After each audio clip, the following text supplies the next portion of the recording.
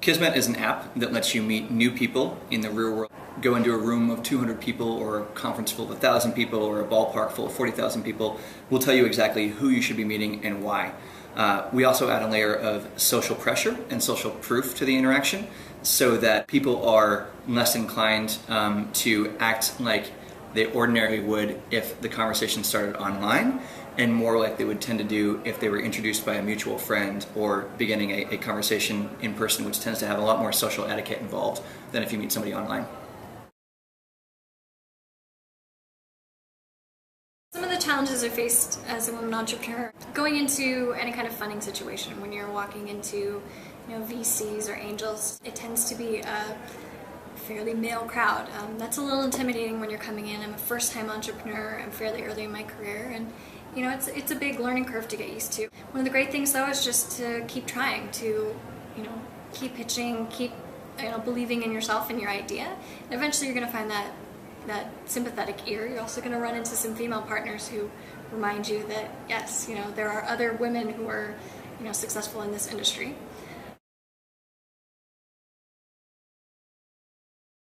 Some tips I'd give to other female entrepreneurs.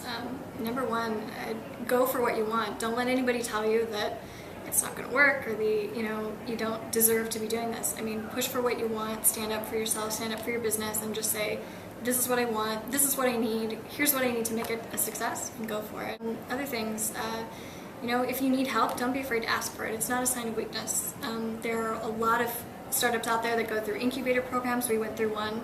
Getting someone who's more experienced, who's done it before, to be in your court to help you to figure out the funding, how to start your business, how to build your product, all of those things are really helpful, and you shouldn't be afraid to ask for them. Your male colleagues never will be, and just because you're a woman doesn't mean you can't ask. Third, I'd say just basically don't restrict yourself. Don't be your own worst critic.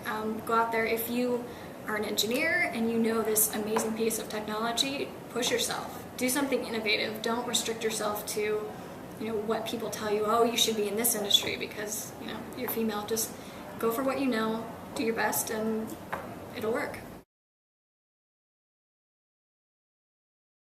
One of my inspirations for becoming an entrepreneur is I was starting out in my career, and I wanted to start a company because I knew there was technology out there that we could leverage. There was great ideas, and I was kind of tired of hearing like, oh, well, you're too young.